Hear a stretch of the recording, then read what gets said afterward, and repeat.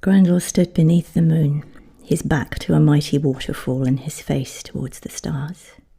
A ring of fire encircled him, torches held high by Viking rabble. It glinted red on the sword tips and axes aimed at Grendel's head, and blazed in the eyes of the hunting dogs as they shuffled closer. The misshapen one smiled.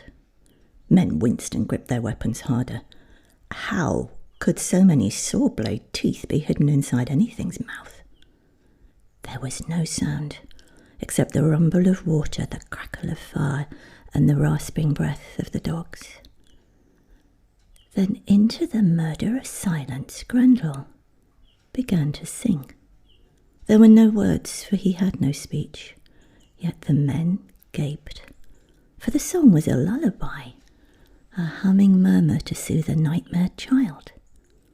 Dogs whined softly and drooped their heads. Torches quivered, men lowered their weapons, and they listened.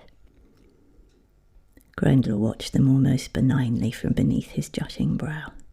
He was so pleased they liked his mother's song, that at last, after decades of silence and darkness, her gift to the world was finally being heard by someone other than himself.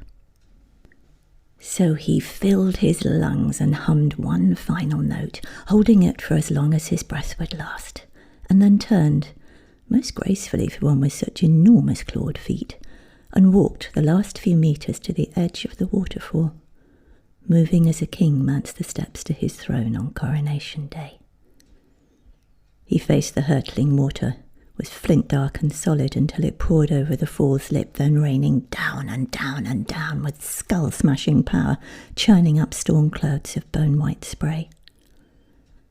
There he stood quite still for a moment, feeling the night wind lift his matted hair, the vibration of the falls beneath his feet, and the burn of 100 eyes upon his back as every man and hand watching held their breath. And then he dived, 100 metres down into the thundering dark. Those men never saw him again, but others did.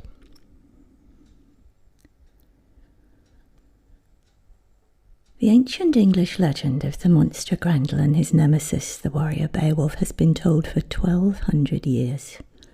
It's a heroic Viking epic full of Beowulf's astonishing deeds, yet there is more to this tale, much more.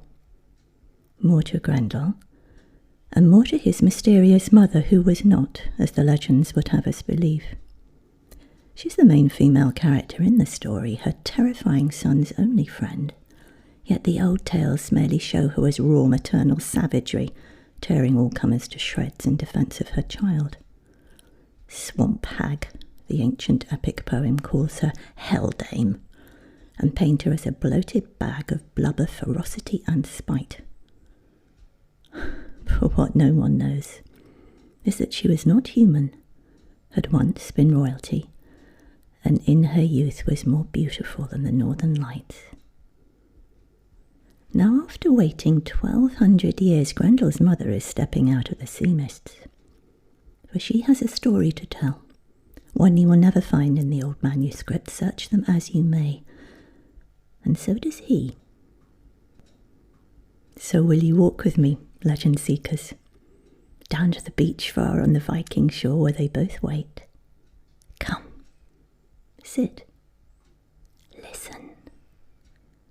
For Grendel's mother once had a name. Morigilena. She was a sea child, daughter of ocean royalty, blessed with the voice of an enchantress and black hair down to her heels. Her eyes would change colour with the weather, turquoise on warm summer days and a grey so dark it was practically black in wild weather. When she sang, crabs crawled from their shells, sharks turned aside from their prey, and walruses rolled on their backs. She was so lovely that seabirds fought for the honour of shedding their feathers to warm her little feet, and oysters begged her to accept their pearls to adorn her hair. She could sing safe passage for sinking ships, and even unwind whirlpools with a single kiss blown from her lips across the waters. No human eye had ever seen her parents' kingdom beneath the sea, but it is said, and said truly, that the place was hollowed out of pale rock, heavily encrusted with Arctic quartz, one chamber flowing into another through clear green Scandinavian sea waters, in a labyrinth of passages and interlocking rooms. It was lit from one side by the fire of an underwater volcano which, reassuringly, only erupted once every 1,000 years.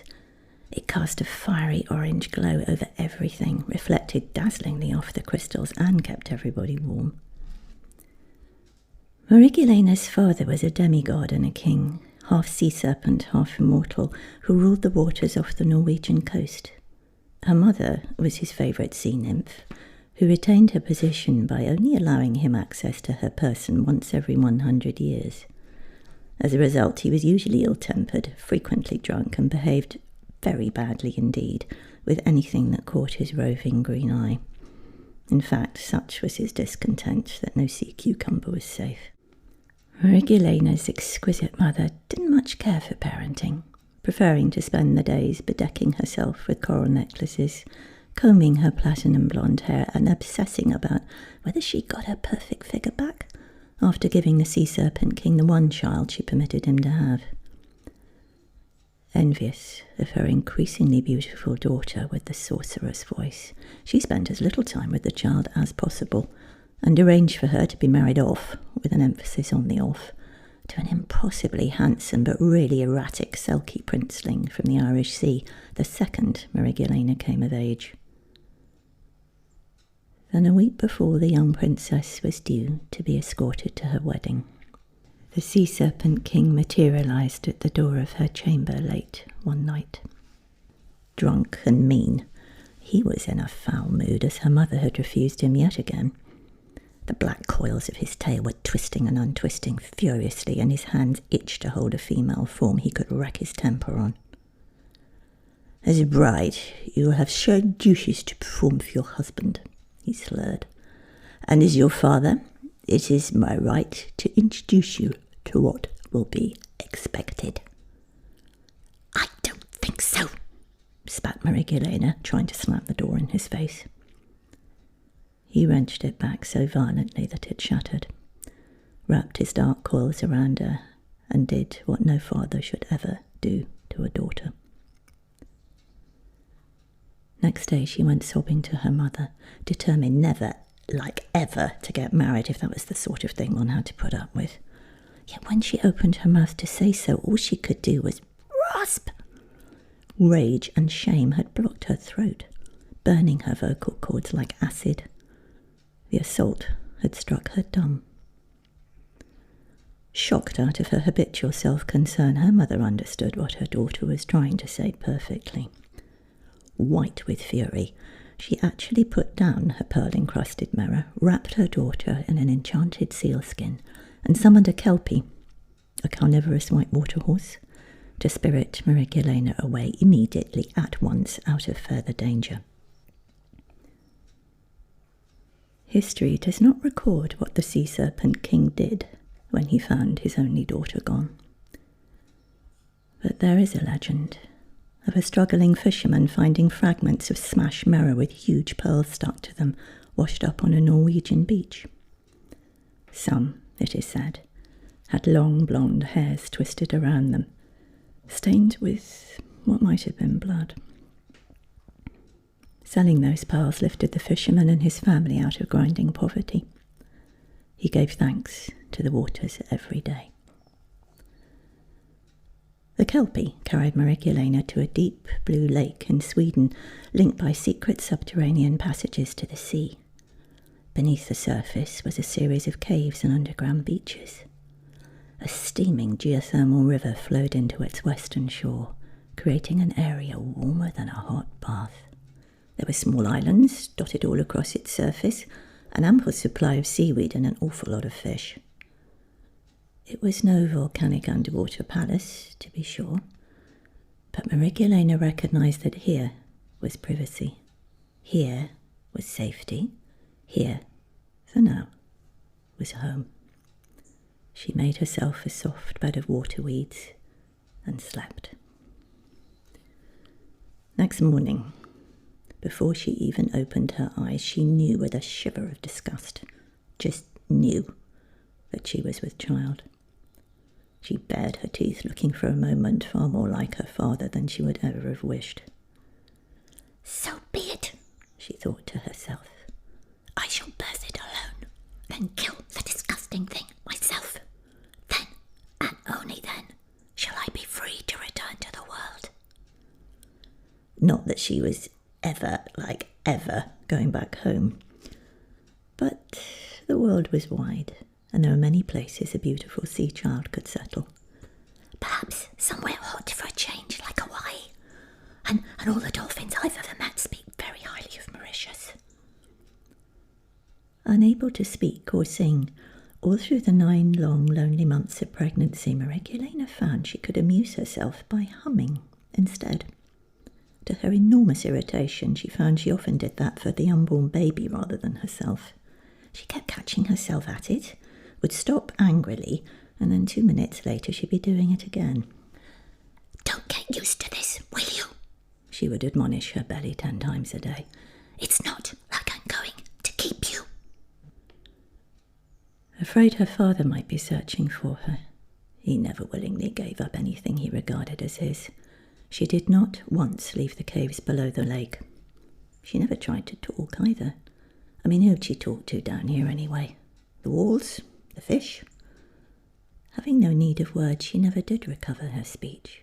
So her voice, her astonishing, wonderful voice, was lost to the world forever. One night, when her time was near, she could just not get comfortable on her nest of sea plants, fidgeting, tossing, turning, wedging piles of seaweed under her swollen belly. She tried to say her own name out loud, just to remind herself that she, Meghan, sea princess of the Northern Straits, actually existed.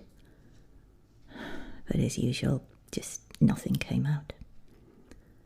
Utter misery shot through her. She was no one. The pain of this settled in her chest and dropped down into her tummy. Doubling over, she wrapped her arms around her abdomen and howled like a 2-year-old. But, whoa, what was this? Her belly'd gone rock hard. Pain washed over her, faded, only to return a few minutes later with renewed force. Then again, and again, and again, like the breakers of a storm battering an Icelandic coastline. This, realised Meghan, suddenly frightened, was it. The baby was coming, and it was coming right now. But was it normal to hurt this much? Seahorses never had this trouble, nor did the sea lion she'd seen give birth. What was she meant to do? Why was it getting worse?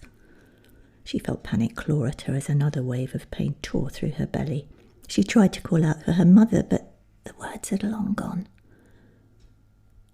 Far away, in her undersea palace, the sea serpent king's wife startled out of sleep. She was out of bed before she even realised she was awake, clutching the bedpost and shaking, for she was sure she'd just heard her daughter cry out. Then just as suddenly she knew why. For the rest of that night she swam restlessly to and fro in her chamber, trying to send what comfort she could across the waters. Finally, just as dawn was breaking, she distinctly heard something else. A bat squeak across the ocean, but unmistakable. The sputtering wail of a newborn. Meghan curled up on her waterweed nest, her son in her arms, her long dark hair wrapped around both of them like a shawl. She rocked him, humming a wordless little song. The baby looked up at her. Green eyes, unfortunately, like her father's. A face which, unheard of for a newborn, already had actual cheekbones, and a body more sinewy than any baby's had a right to be. And there were these. She traced them with her forefinger, a scattering of shining scales across his chest. She looked deep into the little one's eyes, as mothers the world over do with each new life they bring forth, and saw such a mixture of rage and longing that she nearly dropped him. Meghan felt more deeply, into the spirit of her newborn child, and then gasped, for she just felt the monstrous and the magical, the vibration of the outsider and the music of the savant. Poor little one, you come into this world with both remarkable gifts and great burdens. I do not know how your life will play out, but meeting you at last, I realise, yes, it must be allowed to do so. Your life is not mine to take. She smoothed her son's coarse black hair out of his eyes. There's no denying he looked different. Well, to be honest, downright plug ugly. Her heart sank. Have I birthed a monster?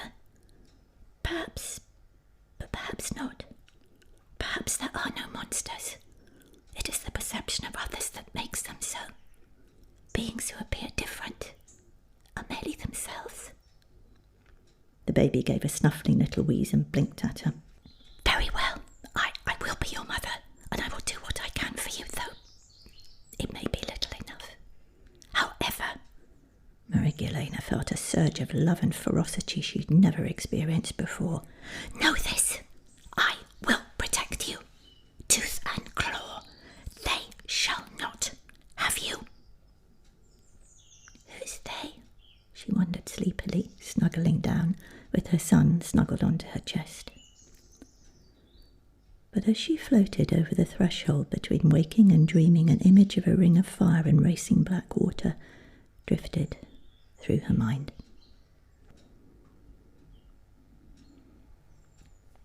Grendel was clutching a charcoal stick from the fire in his vast right paw.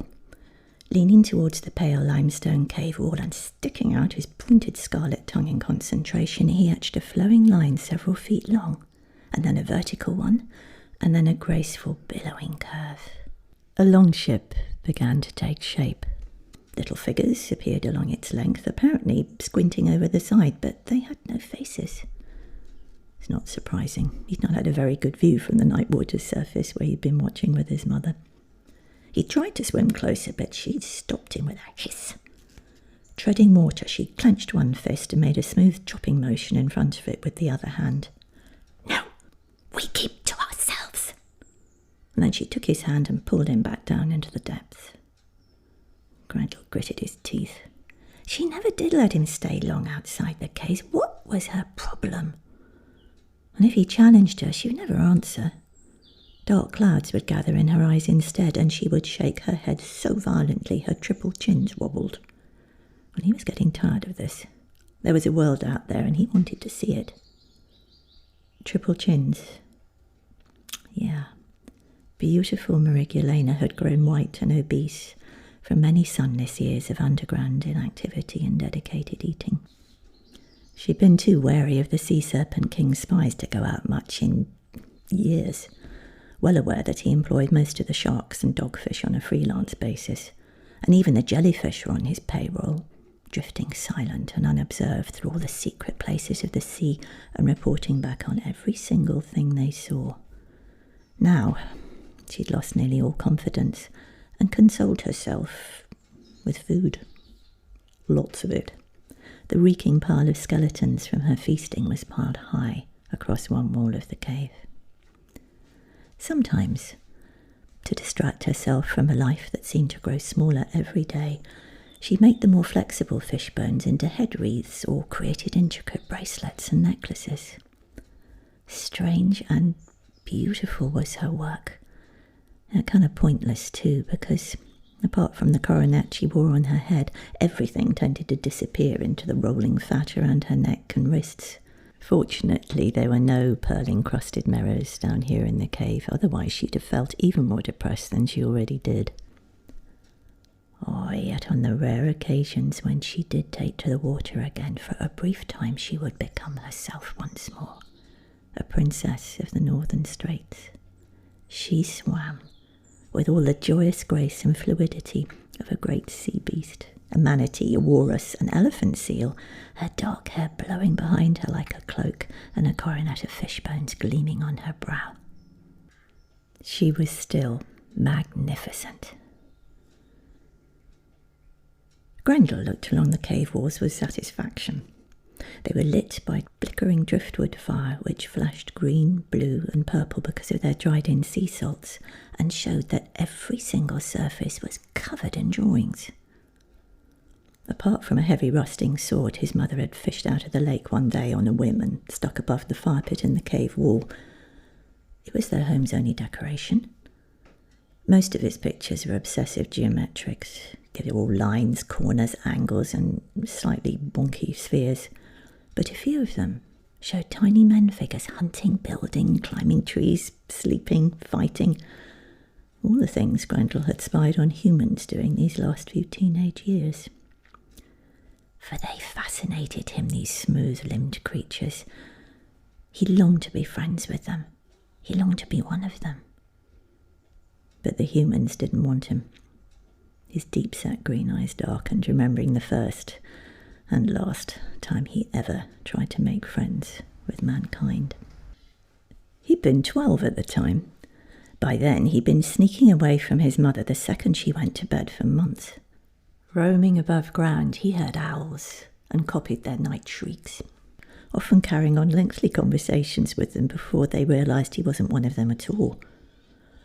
He learned to whistle like an otter, and again, to his delight, they usually replied. He could imitate the grunts of hunting boar as they snouted through the undergrowth, the growls of bears, and he totally nailed howling like a wolf. In fact, the wolves were the kindest, though they had no idea what to make of him. Already 10 feet tall, his face seemingly hewn from rock, but oddly handsome with its high cheekbones and strong planes. The fact that Grendel's body was also covered in both scales and soft brown hair suggested that he might be some sort of troll, so they left him alone.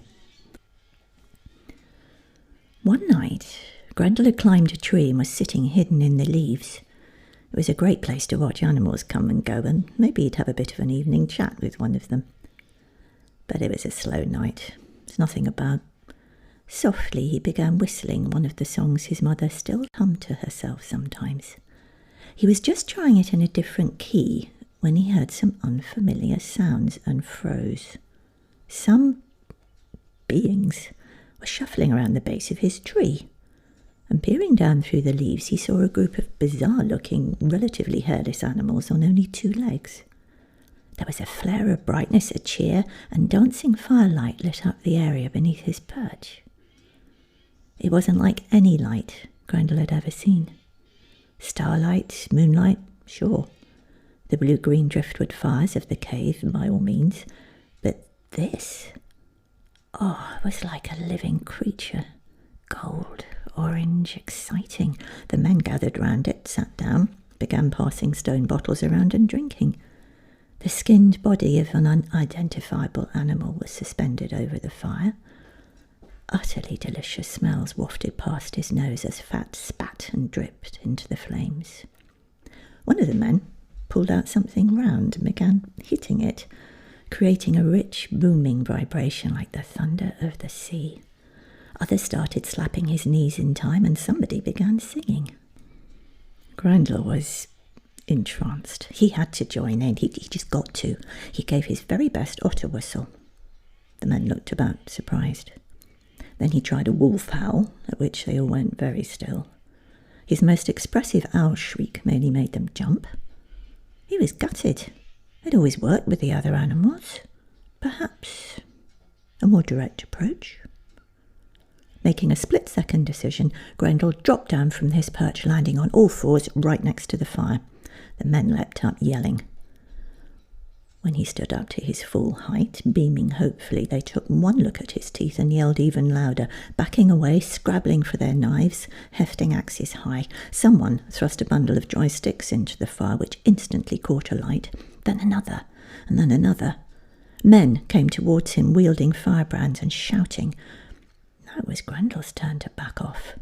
Had he done something wrong? He was only trying to introduce himself. Cautiously, he held out a big right paw to show he meant no harm. But someone brought a burning brand down upon his open palm. Grendel yowled and found himself facing what was now a solid wall of flames and shouting humans. Knives came slashing out of the dark, slicing at his face, at his body. Grendel fell to his knees, bellowing in pain and bewilderment, lashing out in all directions. A human with an axe launched himself at his throat. The monster snatched him up and broke him across his knee, snapping the man's spine like a twig. A second tried to stab him, but was seized by the feet and flung headfirst against a tree for his trouble. A face loomed out of the darkness, shouting. Beside himself now, Grendel just tore the flesh off it with his teeth. His senses reeled. Oh, this meat! It was tender, so tender. Hot blood trickled deliciously down his throat, and without thinking he bit off his victim's right hand and ate that too. Still chewing fingers, the monster looked up and saw 16 men disappear screaming into the darkness. They arrived back at their hall in hysteria and disorder, with tales of a demonic assassin who dined upon men. What they did not know was that Grendel had tracked them. He wasn't sure whether he wanted to eat a few more fingers or just see where they lived, but felt drawn to follow those men as if caught by an invisible hook and line. Shambling through the darkness, Grendel spat on his own palm and licked it. He'd sustained several stab wounds and burns, but this one on his right hand, the hand he'd held out in friendship only to have it burnt to the bone by a blazing torch, this one was hurting worst of all. He trailed those men for the rest of the evening. It wasn't hard. They'd flattened bushes and brambles in their flight like a herd of stampeding cattle. But when he reached their magnificent Viking horse surrounded by wooden outhouses, huts, a bristling fence of thorns and wooden stakes, Grendel just stood and stared. Never in his life had he seen anything like it. He marvelled at the huge double doors carved with the faces of spirits, dragons and gods, gaped at the massive thatched roof and yearned towards the windows glowing with warm, inviting light. There was a lot of shouting coming from inside, but the doors were firmly closed. So, keeping to the shadows, he looked right and left, and then loped around the back of the building. More light streamed from a knothole in the wooden wall. Grendel put his eye against it and squinted inside. What he saw changed his fate forever.